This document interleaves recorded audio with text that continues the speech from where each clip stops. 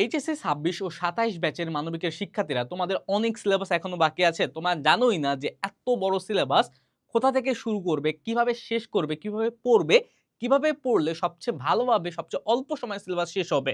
এই প্রশ্নগুলো তোমরা অনবরত আমাদের করতে থাকো। আজকে তোমাদের এই প্রশ্নের সহজ সমাধান দেব আজকের এই ভিডিওতে। সম্পূর্ণ ভিডিও জুড়ে থাকো।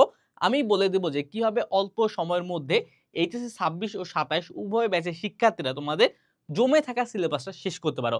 দেখো সবার আগে তোমাদের একটা কি করতে হবে, একটা টার্গেট প্ল্যান ঠিক করতে হবে।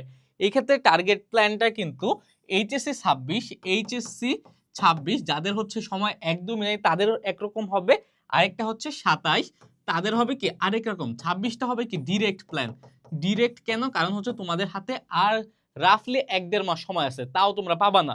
তোমাদের হাতে সময় নাই বললেই চলে। এখন তোমরাই জানো যে তোমাদের সামনে সিলেবাসটা কতটুকু বাকি আছে। এই ক্ষেত্রে এইচএসসি ২৬ তোমরা আগে ঠিক করবা যে তুমি কি পাস করতে চাও, নাকি এ গ্রেড পেতে চাও, নাকি হচ্ছে এ প্লাস পেতে চাও। এই অনুযায়ী হবে তোমার প্ল্যান।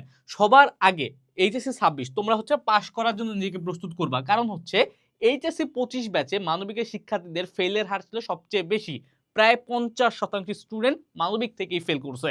সেই ক্ষেত্রে আগে তোমার টার্গেটটা থাকবে পাস। যখন তোমার পাস করার মতো যোগ্যতা অর্জন হয়ে যাবে, এখন পাস করার মতো যোগ্যতা কিভাবে অর্জন করবা?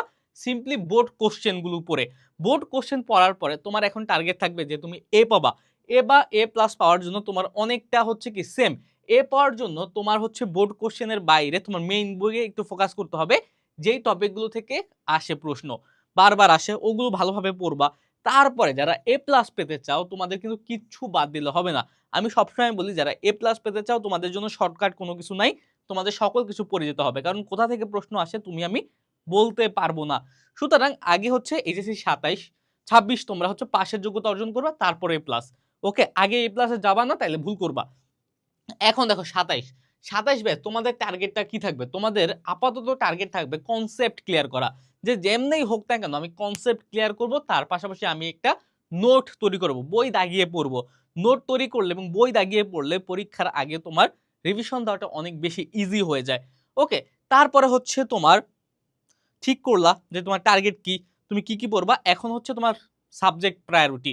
সাবজেক্ট প্রায়োরিটিটা কিভাবে ঠিক করবা যে কোন কোন সাবজেক্টের কোন কোন টপিক থেকে বেশি প্রশ্ন আসে, এই রকম ভাবে তোমার সিলেক্ট করা লাগবে। সাবজেক্ট প্রায়োরিটি করার পরে সাপোজ দেখবা যে তোমার ইকোনমিক্সের অবস্থা বেশি খারাপ থাকবে, লজিকের অবস্থা বেশি খারাপ থাকবে, তারপর সিভিক্সের অবস্থা বেশি খারাপ থাকবে, তারপর বাংলা ইংলিশ আইসিটি এগুলোর অবস্থা বেশি খারাপ থাকবে। এইগুলো আগে ধরবা, যেগুলো তোমার হচ্ছে উইকনেস সবচেয়ে বেশি সেইগুলো আগে ধরবা, কিন্তু সহজ টপিক দিয়ে। যখন ওই সাবজেক্টগুলো সিলেক্ট করবা যে তুমি ইকোনমিক্স একদমই পারো না, তুমি বাংলা দ্বিতীয় পত্রে একদমই পারো না, ইংরেজি পারো না, তখন সেগুলো আস্তে আস্তে ধরবা। এখন ধরবা কোথা থেকে? এইচএসসি ২৭ তোমরা হচ্ছে শুরু থেকে ধরবা। ২৭ হচ্ছে শুরু থেকে ইম্পর্টেন্ট চ্যাপ্টারগুলো ২৭ হচ্ছে শুরু থেকে ধরবা, শুরু থেকে ধরবা।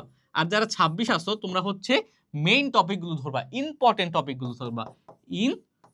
ইম্পর্টেন্ট, ওকে, ইম্পর্টেন্ট টপিকগুলো ধরবা। ইম্পর্টেন্ট টপিকগুলো ধরলে তোমার সহজেই তুমি শেষ করতে পারবা। ইম্পর্টেন্ট টপিকগুলো যখন তোমার শেষ হয়ে যাবে তোমার পাস করার যোগ্যতা কিন্তু অলরেডি অর্জন হয়ে গেছে। আর ২৭ তোমরা শুরু থেকে ধরবা, কারণ হচ্ছে তোমার এ টু জেড সকল বেসিক ক্লিয়ার করা লাগবে। কিভাবে বেসিক ক্লিয়ার করবো আমি একটু পরে বলে দিচ্ছি। তারপর হচ্ছে শর্ট নোটস বানাও। তোমার যদি এখনো ১.৫ মাস সময় আছে, এইচএসসি ২৬ তোমার এখনো ১.৫ মাস সময় থাকলেও শর্ট নোটস তৈরি করো। কারণ হচ্ছে আমরা দেখছি যে অনেক স্টুডেন্ট পরীক্ষার আগে সময় পাবে না বললেই চলে। একদিন সময়, এটাকে কোনো সময়ের মধ্যে গণনা করা যায় না। অনেকে আছে যে একদিনও সময় পাবে না। বিশেষ করে তোমরা সেকেন্ড পেপার পরীক্ষাগুলোর আগে কোনো সময় পাবে না। এই টাইমে তোমরা কিভাবে শেষ করবা? যদি নোট না থাকে তুমি শেষ করতে পারবে না। দাগানো বই পড়ে যেতে হবে পরীক্ষার আগের দিন। তোমরা যারা আমাদের একাডেমিক টু অ্যাডমিশন কোর্সে আছো তোমাদের একটা সুবিধা আছে, ওইখানে কিন্তু ২২৬টি অধ্যায়ের দাগানো বই দেওয়া আছে। অর্থাৎ তোমার সকল কিছু পড়া লাগবে না, জাস্ট দাগানো বইগুলো পড়ে গেলে তোমার ক খ এমসিকিউ কি ইম্পর্টেন্ট টপিকগুলোর উপরে একটা ধারণা হয়ে যাবে। ক খ এমসিকিউ এগুলো নিয়ে কোনো টেনশন তোমার নেওয়া লাগবে না।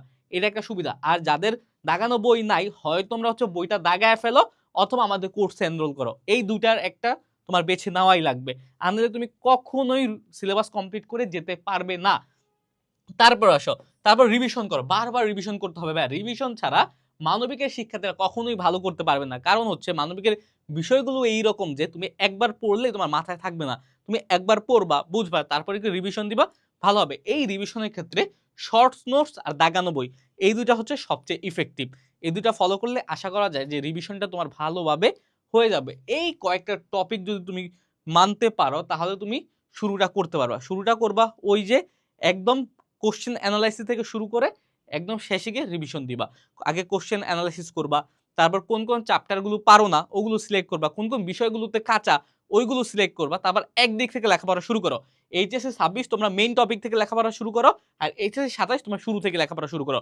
কোথাও যদি বুঝতে সমস্যা হয় সিম্পলি আমাদের একাডেমিক টু অ্যাডমিশন কোর্সে যেতে পারো, বা তোমার বাসায় যদি কোনো টিচার থাকে তাদেরও হেল্প নিতে পারো, বড় ভাই বোনের হেল্প নিতে পারো। কিন্তু হেল্প নিয়ে লেখাপড়া করা লাগবে, আনলে কখনো কনসেপ্ট ক্লিয়ার হবে না। বিশেষ করে বাংলা, ইংলিশ, আইসিটি, ইকোনমিক্স, তারপর লজিক এই চ্যাপ্টারগুলোতে তোমার নিজে পড়লে হবে না, এগুলো তোমার হেল্প নেওয়াই লাগবে।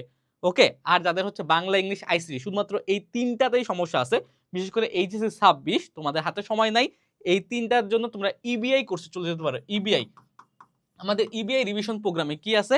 বাংলা প্রথম পত্র, বাংলা দ্বিতীয় পত্র মাত্র ২০টা ক্লাসে শেষ, ইংরেজি প্রথম পত্র 10টা ক্লাসে শেষ, ইংরেজি দ্বিতীয় পত্র 10টা ক্লাসে শেষ, রিটেন সহ কিন্তু। আর আইসিটি সম্পূর্ণ আইসিটি বইটা মাত্র 20টা ক্লাসের মধ্যে শেষ।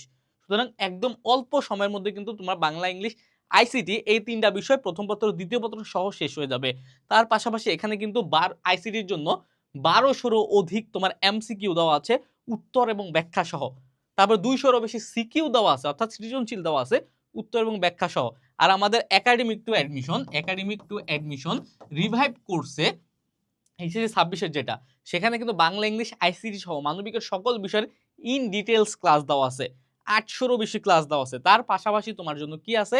১২০টারও বেশি এক্সাম আছে, দাগানো বই আছে ২২৫টিরও বেশি অধ্যায়ের। অর্থাৎ তোমার রিভিশনের জন্য, তোমার পড়া শুরু করার জন্য, পড়া শেষ করার জন্য যা দরকার আছে সব এই ২টা কোর্সের মধ্যে দেওয়া আছে। ওকে ভাইয়া, তাহলে যাদের সমস্যা আছে, যাদের টিচারের হেল্প দরকার এই মুহূর্তে এসেও তোমরা কি এনরোল হয়ে যেতে পারো। আর এইচএসসি ২৭ এর জন্য আর্টসের জন্য একাডেমিক টু অ্যাডমিশন যে কোর্সটা আছে সেই কোর্সটাতেও তোমার ৮০০ বেশি ক্লাস পাবা। বাংলা, ইংলিশ, আইসিটি সহ মানবিকের সকল বিষয়ের প্রথম পত্র এবং দ্বিতীয় পত্রের ক্লাস রেকর্ডেড দেওয়া আছে। ১২০টার বেশি এক্সাম পাবা। তোমার যা দরকার অ্যাডমিশন ক্লাস পাবা, যা দরকার সব এখানে দেওয়া আছে। ওকে ভাইয়া, তাহলে একটু লেখাপড়া শুরু করো, আশা করা যায় শুরু করলেই শেষ হয়ে যাবে। ওকে, আর যদি কোনো হেল্প দরকার হয় আমাদের রিচ করার ট্রাই করো, আমরা তোমাদের সমস্যাগুলো সমাধান করার চেষ্টা করব। আজকের ভিডিওটা এই পর্যন্তই থাকলো, আবার দেখা হবে। সেই পর্যন্ত সুস্থ থাকো, ভালো থাকো। আসসালামু আলাইকুম।